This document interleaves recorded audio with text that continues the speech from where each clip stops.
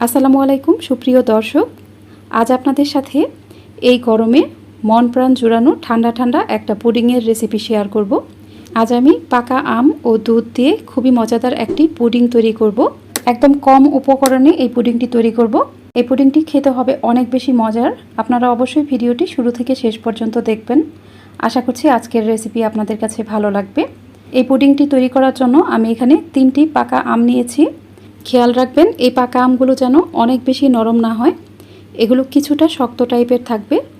আর অবশ্যই এখানে মিষ্টি আম নেবেন, টক আম নেওয়া যাবে না। আমের খোসা ছাড়িয়ে আমি এগুলো এরকম কিউব করে কেটে নিয়েছি। এবার একটা প্যানে নিয়েছি 1 লিটার পরিমাণ লিকুইড দুধ। এখানে আমি প্রায় 1 কাপ পরিমাণ গুঁড়া দুধ দিয়ে দিব। এখানে দুধের পরিমাণটা অবশ্যই একটু বেশি দিবেন, আর গুঁড়া দুধ না দিতে চাইলে এখানে লিকুইড দুধের পরিমাণটা আর একটু বেশি নেবেন। এবার আমি এখানে দিয়ে দিব 1/2 কাপ পরিমাণ চিনি।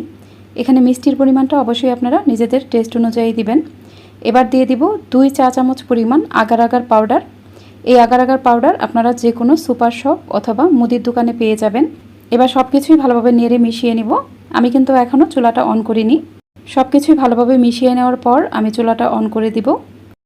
এই দুধটাকে অনবরত নেড়ে নেড়ে অনেকটা ঘন করে নিতে হবে। কোনোভাবেই নাড়া বন্ধ করা যাবে না, এটা অনবরত নাড়তে থাকতে হবে। এই দুধটাকে আমি জাল দিয়ে অনেকটা ঘন করে নিব।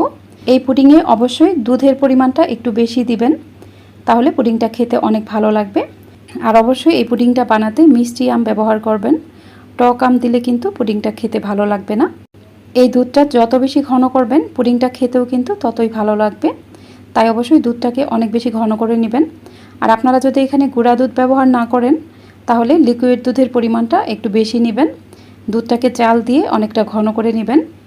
দর্শক, এ পর্যায়ে আপনাদের কাছে আমার একটা অনুরোধ, যারা এখনও আমার ইউটিউব চ্যানেলটিকে সাবস্ক্রাইব করেননি তারা প্লিজ আমার চ্যানেলটিকে সাবস্ক্রাইব করে পাশে থাকা অল লেখা বাটনটাতে ক্লিক করে দিবেন।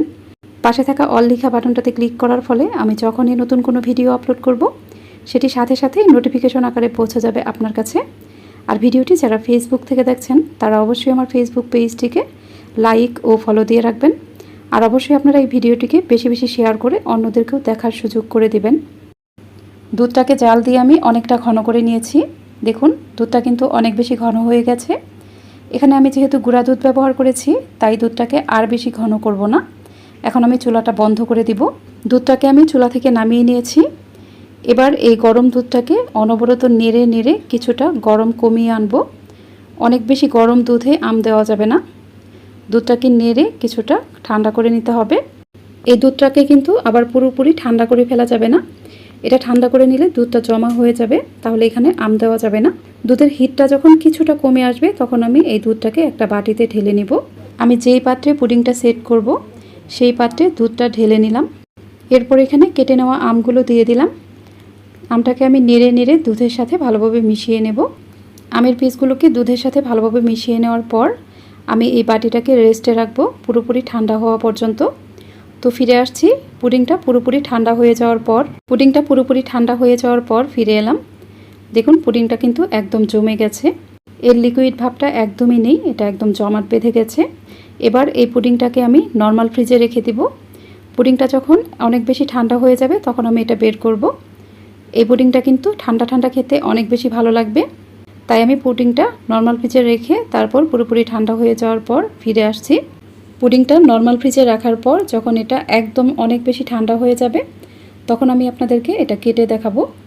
তো ফিরে আসছি আরও 2 ঘন্টা পর। 2 ঘন্টা পর আমি বাটিটা ফ্রিজ থেকে বের করে নিলাম। দেখুন এটা কিন্তু আরও অনেক বেশি সেট হয়ে গেছে। এবার এই পুডিংটাকে আমি এই বাটি থেকে আলাদা করে নিব। তাই একটা নাইফের সাহায্যে এর চারপাশটা ভালোভাবে ছাড়িয়ে নিব।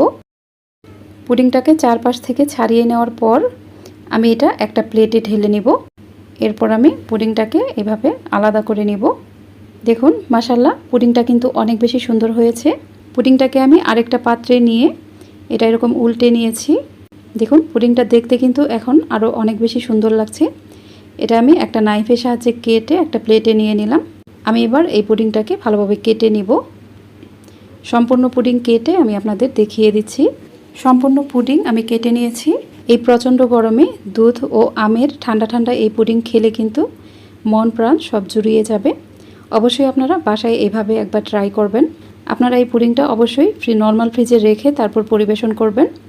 দেখবেন পুডিংটা সবাই খেতে অনেক বেশি পছন্দ করবে। আশা করছি আজকের রেসিপিটিও আপনাদের সবার কাছে খুবই ভালো লেগেছে।